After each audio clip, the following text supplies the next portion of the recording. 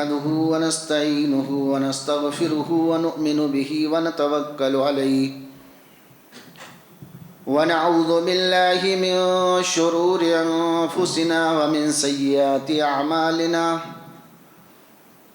من يهده الله فلا مضل له ومن يضلله فلا هادي له وأشهد أن لا إله إلا الله وحده لا شريك له وأشهد أن محمدا عبده ورسوله أما بعد فإن خير الحديث كتاب الله وخير الهدي هدي محمد صلى الله عليه وسلم وشر الأمور محدثاتها وكل محدثة بدعة وكل بدعة ضلالة وكل ضلالة في النار.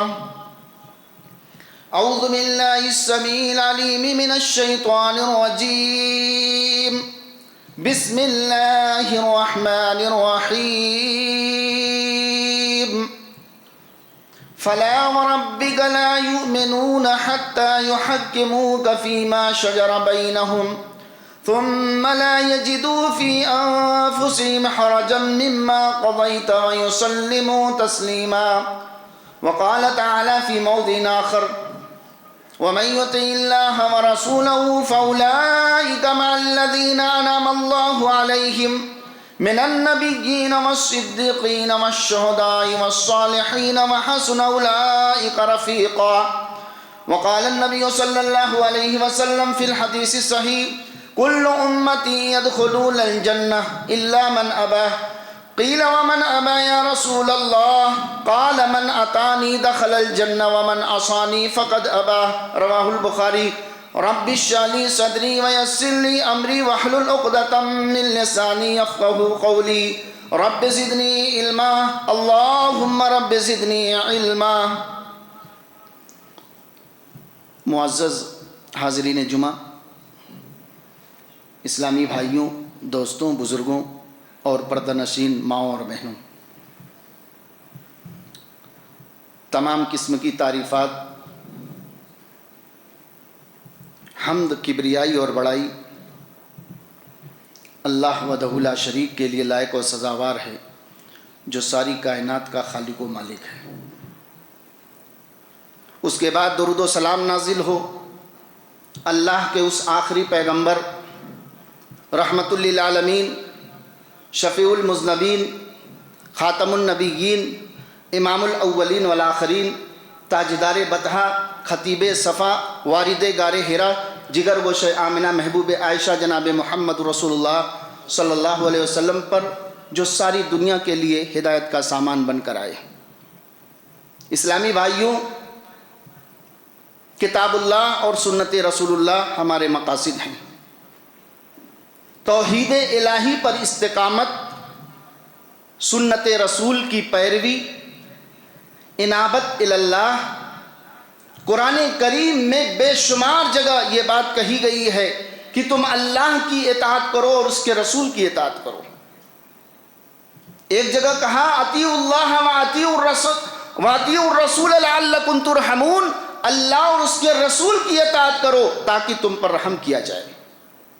اور ایک جگہ کہا گیا وَمَن يُطِعِ اللَّهَ وَرَسُولَهُ فَأُولَئِكَ مَعَ الَّذِينَ أَنْعَمَ اللَّهُ عَلَيْهِمْ مِنَ النَّبِيِّينَ وَالصِّدِّيقِينَ وَالشُّهَدَاءِ وَالصَّالِحِينَ وَحَسُنَ أُولَئِكَ رَفِيقًا، کہ جو شخص اللہ اور اس کے رسول کی اطاعت کرے گا تو وہ لوگ ایسے لوگوں کے ساتھ ہوں گے جن پر اللہ نے انعام نازل کیا۔ من النبیین، نبیوں کے ساتھ ہوں گے، صدیقین کے ساتھ ہوں گے، شہداء اور صالحین کے ساتھ ہوں گے۔ وحسن اولئک رفیقا، اور یہ کتنے بہترین دوست ہیں، ساتھی ہیں۔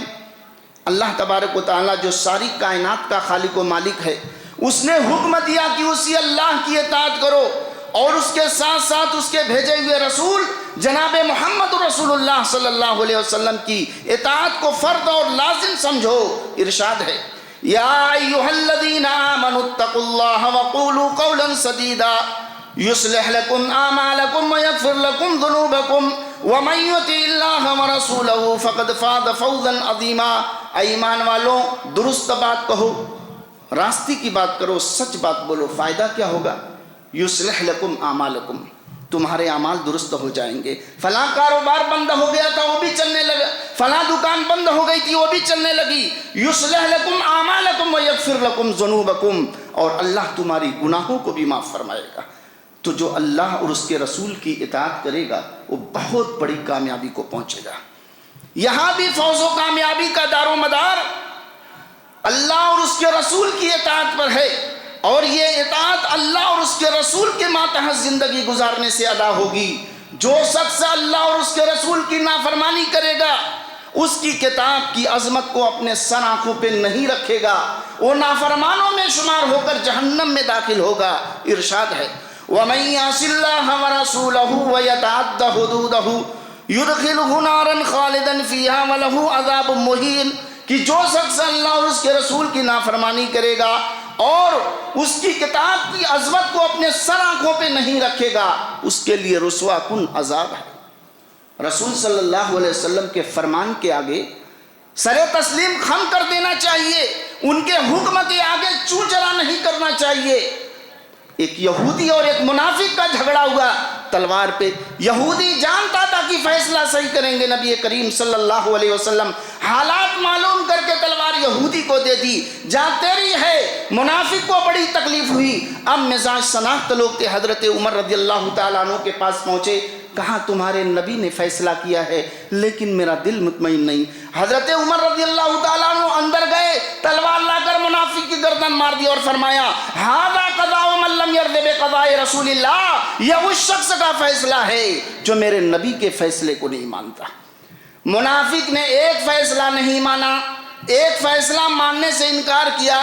آج کا مسلمان ہے، ہزاروں نہیں بلکہ لاکھوں فیصلہ نہیں مانتا ہے، نماز کا فیصلہ نہیں مانتا ہے، عبادت کا فیصلہ نہیں مانتا ہے، لینے دینے کی صفائی کا فیصلہ نہیں مانتا ہے، جھوٹ بولنے سے منع کیا نہیں مانتا ہے، شراب پینے سے منع کیا نہیں مانتا ہے، جوا کھیلنے سے منع کیا نہیں مانتا ہے، غیبت کرنے سے منع کیا نہیں مانتا ہے، ظلم کرنے سے منع کیا نہیں مانتا ہے، چوری کرنے سے منع کیا نہیں مانتا ہے۔ ارے جو 100 فیصلے میرے حضور کے نہ مانے، اس کے لیے یہ آیت نازل ہوئی فَلَا وَرَبِّكَ لَا يُؤْمِنُونَ حَتَّى يُحَكِّمُوكَ فِي مَا شَجَرَ بَيْنَهُمْ ثُمَّ لَا يَجِدُوا فِي أَنفُسِهِمْ حَرَجًا مِّمَّا قَضَيْتَ وَيُسَلِّمُوا تَسْلِيمًا۔ اے میرے محبوب، تیرے رب کی قسم، ہرگز ہرگز وہ مومن نہیں ہو سکتا جب تک کہ اپنے اختلافات کے موقع پر آپ صلی اللہ علیہ وسلم کو جج نہ بنا لیں، آپ صلی اللہ علیہ وسلم کو فیصل نہ بنا لیں،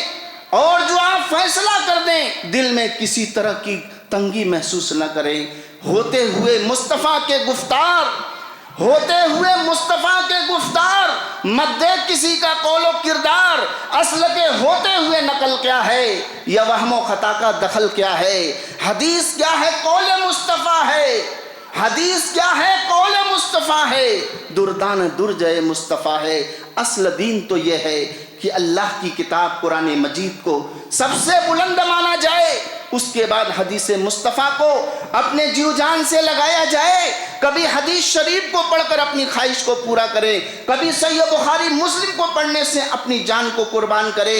اس سلسلے میں مفسر قرآن علامہ شبیر احمد عثمانی نے اپنی تفسیری حواشی ختم کرتے ہوئے لکھا ہے کہ قرآن کے اسٹارٹ میں، شروع میں بسم اللہ کا با آیا ہے۔ آج ہم بھی قرآن پڑھتے ہیں لیکن غور نہیں کرتے۔ قرآن کے شروع میں، اسٹارٹ میں بسم اللہ کا با آیا ہے، اور قرآن کے لاسٹ میں، آخر میں الناس کا سین آیا ہے۔ گویا بسم اللہ کا با اور الناس کا سین ملانے سے بس ہوا۔ شاعر کہتا ہے کہ دونوں جہان کی بھلائی کے لیے، دونوں جہان کی کامیابی کے لیے قرآن ہمارے لیے بس اور کافی ہے، لیکن یہاں ایک واقعہ کو بتا دینا بہت ضروری ہے تاکہ یہ نہ سمجھا جائے قرآن بطور متن کافی ہیں، بلکہ حدیث کے ذریعے اس کی تشریح بھی ضروری ہے۔ علامہ شمس الدین ذہبی رحمۃ اللہ علیہ تذکرۃ الحفاظ میں ایک واقعہ لکھتے ہیں کہ بصرہ کا ایک آدمی حضرت عمران بن حسین رضی اللہ تعالیٰ عنہ کے پاس آیا اور کہا مجھے قرآن سے، کتاب اللہ سے فتویٰ دیجئے۔ حضرت عمران بن حسین نے کہا کہ حدیث شریف میں جو اس کی تفصیل و تفسیر ہے اس کی ضرورت نہیں۔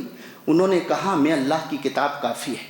حضرت عمران بن حسین کو بواسیر کی شکایت تھی، بواسیر کی تکلیف سے لیٹے ہوئے تھے، پاس کے بیٹھے ہوئے لوگوں سے کہا مجھے اٹھا دو، جب اٹھے تو فرمایا بتاؤ صرف تم قرآن سے نماز کیسے پڑھو گے؟ اللہ تعالیٰ قرآن میں کہتا ہے اقیم الصلاۃ، نماز پڑھو، یہ کہاں لکھا ہے کہ مغرب میں 3 رکعت پڑھو؟ فرض نماز بتا رہا ہوں، عشاء میں 4 رکعت پڑھو، ظہر میں 4 رکعت پڑھو، عصر میں 4 رکعت پڑھو، یہ تمہیں کیسے معلوم ہوگا؟ اسی طرح قرآن نے کہا وَآتُوا الزَّکَاۃَ، زکات دو، زکات کیسے دو گے؟ کس مال سے دو گے؟ کتنا دو گے؟ گلوں میں کیا دو گے؟ پھلوں میں کیا دو گے؟ مویشی میں زکات دینے کا طریقہ کیا ہے؟ سونے چاندی میں کیا ہے؟ یہ تمہیں حدیث کے علاوہ کس جگہ ملیں گے؟ اسی طرح قرآن نے کہا السارق والسارقۃ فاقطعوا ایدیہما، چوری کرنے والے مرد اور چوری کرنے والی عورتیں دونوں کے ہاتھ کاٹ لو۔ حضرت عمران بن حسین نے اپنا ہاتھ پکڑ کر کہا بتاؤ ہاتھ کہاں سے کاٹو گے؟ گٹے سے یا کلائی سے یا پورا ہاتھ؟ یہ تمہیں حدیث کے علاوہ کس جگہ ملیں گے؟ تب اس آدمی نے دعا دی اور کہا جزاک اللہ کی چشمم باز کر دی، جزاک اللہ کی چشمم باز کر دی، مرابا حمد ممدم شاز کر دی، اللہ آپ کو جزائے خیر دے، آپ نے میری آنکھیں کھول دی۔ اس پر جی چاہتا ہے کہ ایک واقعہ اور بھی آپ کے سامنے رکھتا چلوں۔ ملک فارس میں کوئی بہت بڑے بزرگ تھے، وہ اپنی بزرگی میں بہت زیادہ مشہور تھے۔ ایک شخص ان کی بزرگی سن کر ان سے ملنے کے واسطے گیا، جب وہاں پہنچا تو دیکھا کہ بزرگ صاحب حجام کے ہاں داڑھی چلا رہے ہیں۔ کہا ریشمی تراشی، بزرگ ہو کر داڑھی چلا رہے ہیں؟ کہا ریشمی تراشم دلرا کسے نمی خراشم، داڑھی تو ضرور چلا رہا ہوں لیکن کسی کے دل کو زخمی نہیں کر رہا ہوں۔ کہا ولیکن دل محبوب خدا میں تراشم، بلکہ تم محبوب خدا کے دل کو زخمی کر رہے ہو۔ اللہ کے نبی نے کہا واف اللحا، داڑھی کو معاف کر دو، الامر یقتضی علی الوجوب، امر کا صیغہ وجوب پر دلالت کرتا ہے۔ تو فرمایا من یطیع الرسول فقد اطاع اللہ، جس نے رسول کی اطاعت کی اس نے اللہ کی اطاعت کی۔ گویا رسول اللہ سے محبت اللہ سے محبت ہے، اور آپ کی خلاف ورزی خدا کی نافرمانی اور خواہشات نفس کی منمانی ہے۔ اسی لیے اللہ نے قرآن میں اعلان فرمایا قل ان کنتم تحبون اللہ فاتبعونی یحببکم اللہ، اے نبی آپ فرما دیجئے اگر تم اللہ سے محبت کرنا چاہتے ہو میرے رسول کی پیروی کرو، یحببکم اللہ، اللہ تم سے محبت کرنے لگے گا۔ صرف محبت نہیں وَيَغْفِرْ لَكُمْ ذُنُوبَكُمْ، اللہ تمہاری گناہوں کو بھی معاف فرمائے گا۔ ایک شاعر نے کہا ہے محمد کو جس دل سے الفت نہ ہوگی، محمد کو جس دل سے الفت نہ ہوگی، سمجھ لو کہ قسمت میں جنت نہ ہوگی۔ اطاعت کرے جو محمد کی دل سے، اسے پیر مرشد کی حاجت نہ ہوگی۔ بھٹکتا رہا ہے بھٹکتا رہے گا، محمد کو جس سے عقیدت نہ ہوگی۔ محمد رسول اللہ کی محبت تمام چیزوں سے بڑھ کر ہونا چاہیے۔ لا یؤمن احدکم حتی اکون احب الیہ من والدہ وولدہ والناس اجمعین، تم میں سے کوئی مومن نہیں ہو سکتا جب تک کہ اس کے نزدیک اس کی ماں سے زیادہ، اس کے باپ سے زیادہ، اس کے بھائی سے زیادہ، والناس اجمعین، ساری کائنات سے زیادہ، ساری دنیا والوں سے زیادہ اللہ کے رسول محبوب نہ بن جائے۔ اور یہ دنیا کا اصول ہے کہ آدمی جس سے محبت کرتا ہے اس کا اٹھنا، اس کا بیٹھنا، اس کا سونا، اس کا جاگنا، اس کی گفتار، اس کا کردار، اس کی ہر ادا پسند آتی ہے۔ اگر ہمیں رسول اللہ سے محبت ہے تو ہمیں رسول اللہ صلی اللہ علیہ وسلم کے اسوے کو اپنانا ہوگا، آپ کے ماڈل کو اپنانا ہوگا، آپ کے طریقے کو اپنانا ہوگا۔ اللہ نے زمین بنائی، قرآن میں کہیں نہیں کہا ہم نے احسان کیا۔ اللہ نے آسمان بنایا، قرآن میں نہیں کہا ہم نے احسان کیا۔ اللہ نے سورج بنایا، قرآن میں نہیں کہا ہم نے احسان کیا۔ اللہ نے چاند بنایا، قرآن میں نہیں کہا ہم نے احسان کیا۔ لیکن جب اللہ نے آمنہ کے لال کو بھیجا، فاطمہ کے باپ کو بھیجا، عائشہ کے شوہر کو بھیجا، رحمت للعالمین کو بھیجا، شفیع المذنبین کو بھیجا، خاتم النبیین کو بھیجا، امام الاولین والآخرین کو بھیجا، تاجدار بتا کو بھیجا، خطیب صفا کو بھیجا، وارد غار حرا کو بھیجا۔ اللہ نے قرآن میں اعلان فرمایا لقد من اللہ علی المؤمنین اذ بعث فیہم رسولا، اللہ نے مومنوں پر بہت بڑا احسان کیا، انہی میں سے ایک رسول بھیجا۔ انہی میں سے پر ذرا غور فرمائیے گا، ہفتے میں 7 دن ہوتے ہیں، جمعہ بھی انہی میں سے ہے، سال کے 12 مہینے ہوتے ہیں، رمضان المبارک بھی انہی 12 مہینوں میں سے ہے۔ یہ الگ بات ہے کہ رمضان المبارک کی جو فضیلت ہے یا جمعہ کی جو فضیلت ہے اور دنوں کی نہیں ہے، لیکن قرآن کہتا ہے من انفسہم، انہی میں سے ایک رسول بھیجا جو اللہ کی آیتیں پڑھ پڑھ کے سناتا تھا، وَيُزَكِّيهِمْ، ان کا تزکیہ کرتا تھا، وَيُعَلِّمُهُمُ الْكِتَابَ وَالْحِكْمَةَ، اور کتاب و حکمت کی تعلیم دیتا تھا، وَإِن كَانُوا مِن قَبْلُ لَفِي ضَلَالٍ مُبِينٍ، اس سے پہلے کہ لوگ صریح گمراہی کے اندر تھے۔ عرب کے جس ماحول میں حضور صلی اللہ علیہ وسلم تشریف لائے تھے، ان کے اندر بہت سارے اختلافات تھے، لوگ ایک دوسرے کے جانی دشمن تھے، معمولی باتوں پر خون کی ندیاں بہہ جاتی تھی، خاندانی اور گروہی اختلافات مدت العمر چلتے رہتے تھے، قبیلے کا خاندان کا دشمن تھا، لیکن جب انہی جانی دشمنوں کو اسلام کی دولت ملی تو بھائی بن گئے۔ مدینہ کے انصار دو مشہور قبیلہ اوس اور خزرج میں تقسیم ہو گئے تھے، ایک زمانے سے ان میں دشمنی چلی آ رہی تھی، ساری دشمنی ختم ہو گئی۔ اللہ نے سورہ انفال کے اندر فرمایا لو انفقت ما فی الارض جميعا ما الفت بین قلوبهم ولکن اللہ الف بینہم، آپ دنیا کی ساری دولت خرچ کر دیتے، آپ دنیا کے سارے خزانے کو لٹا دیتے تو ان کے دلوں میں محبت نہیں پیدا کر پاتے، لیکن اللہ نے ان کے دلوں میں محبت پیدا کر دیا، جس کی وجہ سے تم بھائی بن گئے۔ اس لیے میرے بھائیوں، قرآن کا یہ پیغام سارے انسانیت کے نام ہے کہ ہم اللہ اور رسول کی محبت تمام چیزوں سے بڑھ کر ہونا چاہیے۔ اگر دینی معاملے میں کوئی تنازع ہو جائے، کوئی اختلاف ہو جائے، اس کا بھی حل قرآن نے بتایا ہے۔ یا ایھا الذین آمنوا اطیعوا اللہ واطیعوا الرسول واولی الامر منکم فإن تنازعتم فی شیء فردوہ الی اللہ والرسول، اے ایمان والو اللہ کی اطاعت کرو اور رسول کی اطاعت کرو اور اولو الامر کی اطاعت۔ فَإِن تَنَازَعْتُمْ فِي شَيْءٍ، اگر دینی معاملے میں کوئی تنازع ہو جائے، کوئی اختلاف ہو جائے تو کیا کریں؟ اس کا حل کیا ہے؟ امام شافعی کی طرف جائیں، امام مالک کی طرف جائیں، امام ابو حنیفہ کی طرف جائیں، امام اوزاعی کی طرف جائیں، امام سفیان ثوری کی طرف جائیں، کہاں جائیں؟ فَإِن تَنَازَعْتُمْ فِي شَيْءٍ فَرُدُّوهُ إِلَى اللَّهِ وَالرَّسُولِ، دینی معاملے میں کوئی اختلاف ہو جائے تو رب کے قرآن کی طرف آؤ، مدینے والے کے فرمان کی طرف آؤ۔ جس کا ساتھ رب کا قرآن دے اسی کی بات صحیح ہے، جس کا ساتھ مدینے والے کا فرمان دے اسی کی بات صحیح ہے۔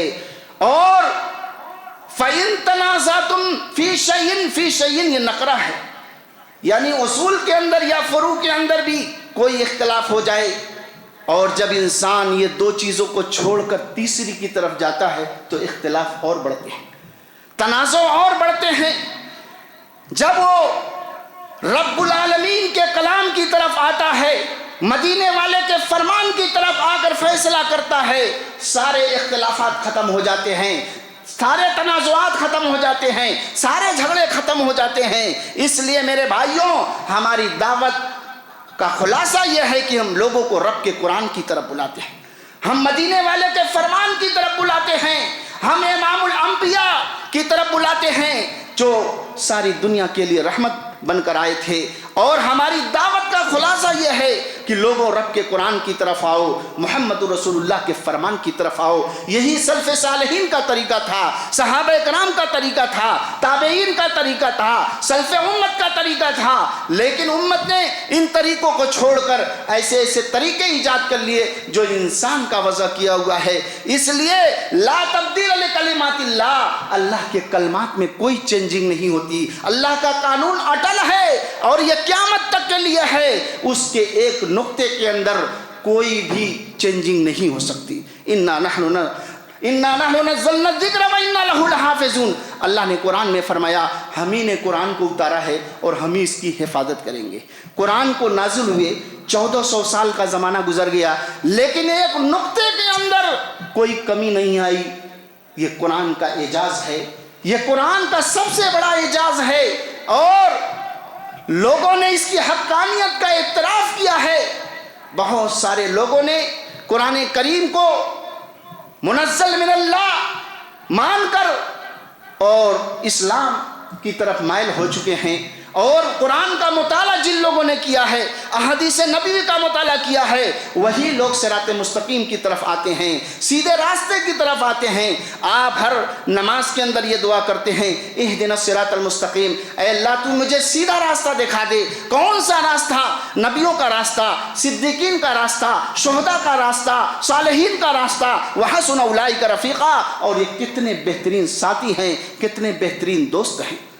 وما آتاکم الرسول فخذوہ وما نہاکم عنہ فانتہوا۔ رسول جو کچھ تمہیں دیں اسے لے لو، اور جس چیز سے منع کر دیں، جس چیز سے روک دیں، اس سے رک جاؤ۔ اسی لیے شریعت اسلامیہ میں یہ بات کہی گئی ہے کہ اللہ اور رسول کی اطاعت ہی کرنے میں انسان کی کامیابی ہے۔ جب انسان نے ان طریقوں کو چھوڑ دیا، اور اللہ کے رسول صلی اللہ علیہ وسلم نے، ارباز بن ساریہ رضی اللہ تعالیٰ عنہ کہتے ہیں، اذن رسول اللہ صلی اللہ علیہ وسلم موعظۃ بلیغۃ وجالت منها القلوب وذرفت منها العیون فقلنا یا رسول اللہ کأن موعظ قال اوصیکم بتقوی اللہ واسمع والطاعۃ وان تامر علیکم عبد حبشی فسرى اختلافا کثیرا فعلیکم بسنتی وسنت الخلفاء الراشدین المہدیین فضوا علی بالنواجذ وایاکم محدثات الامور فإن كل محدثة بدعة۔ رواہ الترمذی وقال هذا حدیث حسن صحیح۔ امام ترمذی نے اس حدیث کو حسن قرار دیا ہے کہ ارباز بن ساریہ رضی اللہ تعالیٰ عنہ اس حدیث کے راوی ہیں۔ وہ کہتے ہیں کہ ایک مرتبہ اللہ کے رسول جناب محمد رسول اللہ صلی اللہ علیہ وسلم نے ایسا بلیغ واعظ فرمایا جس سے ہمارے دل خوف زدہ ہو گئے، ہماری آنکھیں بہہ پڑیں، ہم لوگ رونے لگے۔ تو ہم نے کہا اللہ کے رسول یہ گویا رخصت کرنے والے کی وصیت ہے۔ کہا اللہ کے رسول نے میں تمہیں اللہ کے تقوی کی وصیت کرتا ہوں اور امیر کی شمع اطاعت کی، کیونکہ میرے بعد جو شخص زندہ رہے گا فسرا اختلافاً کثیرا، بہت سارے اختلافات دیکھے گا۔ اس وقت کیا کرنا؟ اس کا حل کیا ہے؟ علیکم بسنتی وسنت الخلفاء الراشدین المہدیین۔ اس وقت اللہ کے رسول نے کہا میری سنت اور میرے ہدایت یافتہ خلفائے راشدین کی سنت کو مضبوطی سے تھامے رہنا، عضوا علیہا بالنواجذ، دانتوں سے پکڑے رہنا۔ جو چیز دانتوں سے پکڑی جاتی ہے بڑی مضبوطی کے ساتھ پکڑی جاتی ہے۔ اس لیے اللہ کے رسول نے کہا کہ بالنواجذ وایاکم محدثات الامور، اور دین میں نئی نئی چیزوں سے بچتے رہنا، کیونکہ دین میں ہر نئی چیز بدعت ہے، اور ہر بدعت گمراہی ہے، اور ہر گمراہی انسان کو جہنم میں لے جانے والی۔ دیکھنے میں عمل بہت اچھا لگے، لیکن جس پر نبی کی مہر نہ ہو وہ عمل اس کے منہ پر مار دیا جاتا ہے، اس کا کوئی ثواب نہیں ملتا۔ جیسے ظہر کی نماز 4 رکعت ہے، ایک آدمی آ کر کہتا ہے کہ 6 رکعت نماز پڑھو، نماز ہی تو ہے، لیکن 6 رکعت جو یہ نماز بتا رہا ہے اس کے منہ پر مار دی جائے گی، اس لیے کہ یہ نبی کا طریقہ نہیں تھا، صحابہ کرام کا طریقہ نہیں تھا، سلف صالحین کا طریقہ نہیں تھا۔ تو من احدث فی امرنا ھذا ما لیس منہ فہو رد، کہ جو شخص ہماری شریعت کے اندر کوئی نئی چیز ایجاد کرتا ہے تو وہ عمل مردود ہے، اس کا کوئی ثواب نہیں بلکہ الٹے عذاب ملے گا۔ اس لیے میرے بھائیوں دین مکمل ہو چکا ہے، شریعت مکمل ہو چکی ہے۔ اللہ کے رسول نے حجۃ الوداع کے موقع پر کہا تھا الیوم اکملت لکم دینکم واتممت علیکم نعمتی ورضیت لکم الاسلام دینا، آج میں نے تمہارے لیے تمہارے دین کو مکمل کر دیا ہے اور اپنی نعمتیں تم پر اتمام کر دی ہیں۔ مکمل اسے کہا جاتا ہے کہ ایک گلاس پانی ہو، اس گلاس کے اندر ایک قطرہ بھی پانی ڈالنے کی گنجائش نہ ہو، وہ گلاس مکمل ہے۔ اگر اس گلاس کے اندر ایک قطرہ بھی پانی ڈالنے کی گنجائش ہے تو گلاس مکمل نہیں۔ اسی طریقے سے شریعت مکمل ہو چکی ہے، اب جو شخص اس شریعت کے اندر کمی کرتا ہے وہ بھی مجرم ہے، اور شریعت کے اندر زیادتی کرتا ہے، اپنی طرف سے اضافہ کرتا ہے، یہ بھی دین کا حصہ، یہ بھی دین کا حصہ، تو وہ بھی مجرم ہے۔ اس لیے کہ شریعت کمپلیٹ ہو چکی ہے، اب نہ اس میں اضافے کی حاجت ہے نہ کمی کی حاجت۔ اس لیے میرے بھائیوں ہمیں شریعت مطہرہ کی روشنی میں ہمارا ہر عمل ہونا چاہیے، ہمارا ہر فیصلہ ہونا چاہیے۔ کوئی تنازع ہو جاتے رب کے قرآن کی طرف آنا چاہیے، نبی کے فرمان کی طرف آئیں گے، سارے تنازع ختم ہو جائیں گے۔ اور اللہ کے رسول صلی اللہ علیہ وسلم نے فرمایا ترکت فیکم امرین لن تضلوا ما تمسکتم بہما کتاب اللہ و سنتی۔ لوگوں میں تمہارے درمیان 2 چیزیں چھوڑ کے جا رہا ہوں، اگر تم مضبوطی سے تھامے رہو گے، پکڑے رہو گے تو دنیا کی کوئی طاقت تمہیں گمراہ نہیں کر سکتی۔ اللہ نے 2 ہاتھ دیا ہے اور 2 کتابیں دی ہیں، ایک ہاتھ میں رب کا قرآن ہو، دوسرے ہاتھ میں محمد الرسول اللہ کا فرمان ہو، اور جن کے پاس یہ دونوں چیزیں نہ ہوں تیسری چیز کی بھی ضرورت ہے۔ اس لیے الحمدللہ ہمارے پاس یہ 2 چیزیں موجود ہیں، اور یہ 2 چیزیں موجود رہیں گی، اور اس پر انسان عمل کرتا رہے گا تو آخرت میں نجات پائے گا، فقد فاز فوزا عظیما، بہت بڑی کامیابی کو پہنچے گا۔ اس لیے میرے بھائیوں، ہمیں شریعت اسلامیہ کو سمجھنا ہے، اور جو اسلام اللہ کے رسول نے لوگوں کے سامنے پیش کیا تھا وہی اسلام آج ہمیں پیش کرنے کی ضرورت ہے۔ بدعت و خرافات سے اپنے آپ کو بچانے کی ضرورت ہے۔ اللہ کے رسول نے کہا تھا من سن فی الاسلام سنتا حسنتا فلہ اجرها واجر من عمل بها من بعد من غیر ان ينقص من اجورهم شیء ومن سن فی الاسلام سنتا سیئتا کان علیہ وزرها ووزر من عمل بها من بعد من غیر ان ينقص من اوزارهم شیء۔ رواہ مسلم، امام مسلم رحمۃ اللہ علیہ نے اس حدیث کو نقل کیا ہے کہ جو شخص اسلام میں کوئی اچھا کام کرتا ہے اس کو تو ثواب ملتا ہی ہے، جتنے لوگ نیکی کا کام کریں گے سارے لوگوں کا ثواب اس کو ملے گا۔ اسی کے اپوزٹ برعکس اگر کوئی آدمی بدعت ایجاد کرتا ہے اس کو تو گناہ ملتا ہی ہے، جتنے لوگ بدعت کا کام کریں گے سارے لوگوں کا وبال اس کو ملے گا، اور اس کے گناہوں میں کمی بھی نہیں ہوگی۔ لہٰذا نیکیوں کا حکم دینا، برائیوں سے روکنا، یہ ہر مسلمان کی ذمہ داری ہے۔ من رأى منکم منکرا فلیغیرہ بیدہ، تم میں سے جو شخص بھی منکر کو دیکھے، دنیا میں سب سے بڑا منکر کیا ہے؟ دنیا میں سب سے بڑا منکر شرک ہے، اور دنیا میں سب سے بڑا معروف توحید ہے۔ تو لوگوں کو شرک سے بچایا جائے، اور قرآن میں اللہ نے اعلان فرمایا، کان کھول کر سن لو کہ جو آدمی شرک کرتے ہوئے مرا اللہ نے اس کے اوپر جنت کو حرام کر دیا ہے۔ وَمَن يُشْرِكْ بِاللَّهِ فَقَدْ حَرَّمَ اللَّهُ عَلَيْهِ الْجَنَّةَ وَمَأْوَاهُ النَّارُ وَمَا لِلظَّالِمِينَ مِنْ أَنصَارٍ۔ جو آدمی شرک کرتے ہوئے مرے گا اللہ نے اس کے اوپر جنت کو حرام کر دیا ہے، اس کا ٹھکانہ جہنم ہے۔ وَمَا لِلظَّالِمِينَ مِنْ أَنصَارٍ، اور ظالموں کا کوئی انصار اور مددگار بھی نہیں ملے گا۔ جب پل صراط پر تمہارے قدم ڈگمگا رہے ہوں گے اس وقت نہ کوئی پیر نظر آئے گا نہ کوئی ولی نظر آئے گا۔ اس لیے میرے بھائیوں کان کھول کر سن لو، جب انسان دنیا سے جائے گا توحید کی حالت میں جائے گا تو اس کی نجات ہوگی، اور شرک کی حالت میں مرا ہوگا۔ ان اللہ لا یغفر ان یشرک بہ ویغفر ما دون ذلک لمن یشاء، اللہ تعالیٰ چاہے تو تمام گناہوں کو معاف کر دے لیکن شرک کو کبھی معاف نہیں کرے گا۔ ان الشرک لظلم عظیم، شرک ہی سب سے بڑا ظلم ہے۔ ظلم وضع الشیء فی غیر محلہ، جس کا جو درجہ ہے اس درجے سے ہٹا کر دوسرے درجے پر رکھ دینا یہ شرک ہے۔ یعنی عبادت صرف اللہ کی ہونی چاہیے۔ وما خلقت الجن والانس الا لیعبدون، ہم نے جنوں اور انسانوں کو صرف اپنی عبادت کے لیے پیدا کیا۔ انسان اللہ کی عبادت نہ کر کے کسی غیر اللہ کی عبادت کرے یہ سب سے بڑا ظلم ہے، یہ سب سے بڑا شرک ہے، اور اللہ تعالیٰ نے قرآن میں اعلان کر دیا کہ میں اسے کبھی معاف نہیں کروں گا، بلکہ وہ ہمیشہ ہمیشہ جہنم میں رہے گا، جہنم سے کبھی نکالا نہیں جائے گا۔ اس لیے ضرورت اس بات کی ہے کہ ہم اپنی زندگی کا محاسبہ کریں، اپنی سوسائٹی کا جائزہ لیں، اپنے ماحول سے، اپنی سوسائٹی سے شرک و بدعت کا خاتمہ کریں، توحید پر قائم و دائم رہیں، تب جا کر ہماری نجات ہوگی اور آخرت میں ہم کامیاب و کامران ہو سکتے ہیں۔ وقت آگے جانے کی اجازت نہیں دے رہا ہے، ہم رب العالمین سے دعا کرتے ہیں کہ پروردگار عالم ہم جمیع مسلمانوں کو کتاب و سنت پر چلنے والا بنا، شرک و بدعت سے ہم تمام مسلمانوں کی حفاظت فرما۔ الہ العالمین ہم سب بیماروں کو شفاء کلی عطا فرما، سب کی مشکلوں کو آسان فرما، سب کے روزی رزق میں خیر و برکت عطا فرما، سب کے مال و جان میں خیر و برکت عطا فرما۔ الہ العالمین بے اولاد کو اولاد عطا فرما، ہمیں اور ہماری اولاد کو نمازی بنا، جب تک ہمیں دنیا میں زندہ رکھ، اسلام پر زندہ رکھ، اور جب ہمارا خاتمہ ہو تو ایمان پر ہو۔ اقول قولی ھذا واستغفر المسلمین واستغفر انہ الغفور الرحیم۔